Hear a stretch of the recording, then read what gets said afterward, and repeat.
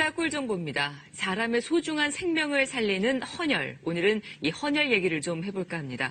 한 번에 찡그림이면 소중한 생명을 구할 수 있는데요. 그런데 최근 전반적으로 헌혈에 참여하는 사람들이 줄어 혈액 수급에 빨간불이 켜졌다고 합니다.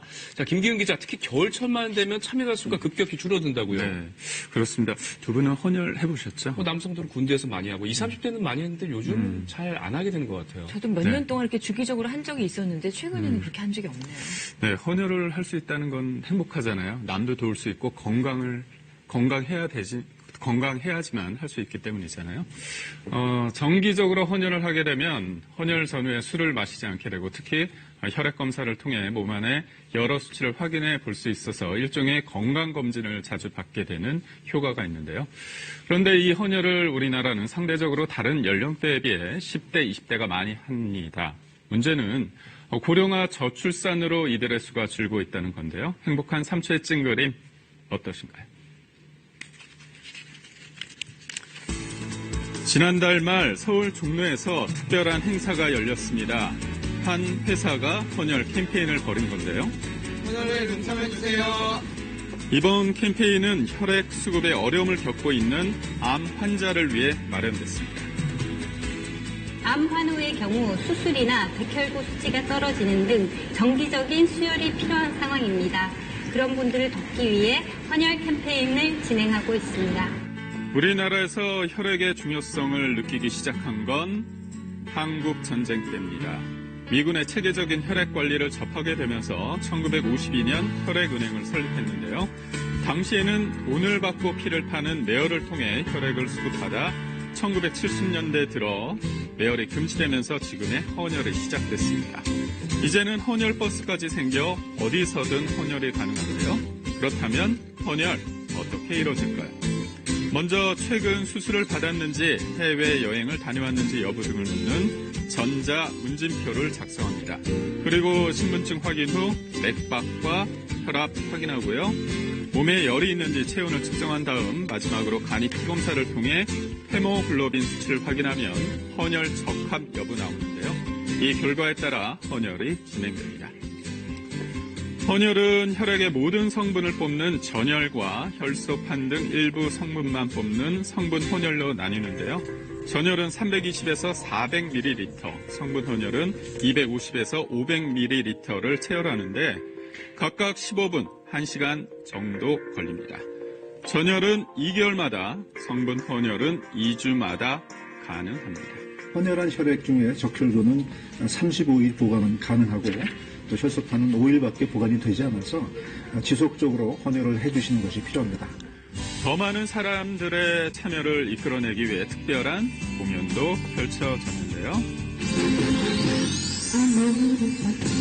음악 봉사를 하는 이 밴드 구성원 모두가 암을 이겨낸 분들인데 특히 김연묵 씨는 수혈의 도움을 많이 받았다고 합니다. 혈액이 너무 약했기 때문에 그때 수혈을 받았고요. 그 감사함과 고마움에 이번 헌혈 캠페인에 동참하게 되었습니다. 헌혈 캠페인을 기획한 회사 직원들도 점심시간을 이용해 헌혈에 동참했습니다. 훈이라도 짧게 내서 암 환우에게 새 생명을 줄 수 있었던 것 같아서 뜻깊었던 것 같아요. 우리나라 헌혈 참여자 중 70% 이상이 10대에서 20대입니다. 헌혈 공급 대부분을 학생이 떠받치고 있는 건데요.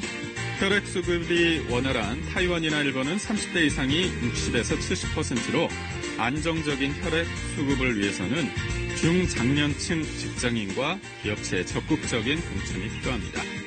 만약 지금처럼 젊은 층에서만 헌혈을 할 경우 저출산으로 인해 헌혈 수는 줄고 수혈이 필요한 고령층이 늘면서 심각한 혈액 부족 사태가 벌어질 수 있기 때문입니다. 동절기 같은 경우는 연휴라든지 날씨 관계, 특히 학생들 방학 때문에 혈액 부족이 늘 오곤 하는데 최근 들어서는 더 극심해져서 병원에서 수혈할 혈액이 없다는 아주 심각한 상황입니다. 헌혈에 대한 오해 때문에 헌혈을 꺼리는 분도 적지 않은데요. 몸이나 혈액에 별로 좋지 않다라는 그런 소문이나 루머를 들은 적이 있어서 먹는 약들이 있어서 시도를 해보지는 않았습니다. 헌혈은 먹는 약이 있거나 빈혈이 있으면 참여하기 어렵습니다. 헌혈이 가능한 사람은 만 16세부터 69세 사이로 남자는 몸무게 50kg, 여자는 45kg을 넘어야 하는데요. 또한 최근 한 달 내에 해외여행을 다녀왔거나 지나친 음주나 수면이 부족한 경우에도 헌혈은 불가능합니다. 간혹 피를 뽑으면 건강에 좋지 않을 거란 생각에 기피하는 분도 있는데 오히려 헌혈을 하게 되면 혈액 검사를 통해 우리 몸 안의 여러 수치를 확인할 수 있어서 일종의 건강검진을 우리 몸속의 받는 혈액량은 체중의 약 7% 정도로 이 중 약 15% 정도는 비상사태를 대비해 비축하기 때문에 320에서 400cc의 헌혈은 우리 몸에 부담이 되지 않기에 건강에 해롭다는 건 사실이 아닙니다. 이렇듯 몸에 해가 되지 않으면서 남을 도울 수 있는 헌혈을 하면 상품권 등의 기념품도 제공되는데요. 이때 기부권을 선택하면 연말정산 때 세금 공제 혜택도 받을 수 있습니다. 헌혈증이 있으면 수혈 받을 때 본인 부담금도 면제되는데요. 단 헌혈증은 재발급이 되지 않으니 잘 보관해야 합니다. 한 번의 찡그림으로 소중한 생명을 살릴 수 있는 헌혈, 정기적인 헌혈로 본인의 몸도 정기적으로 살피는 건 어떨까요?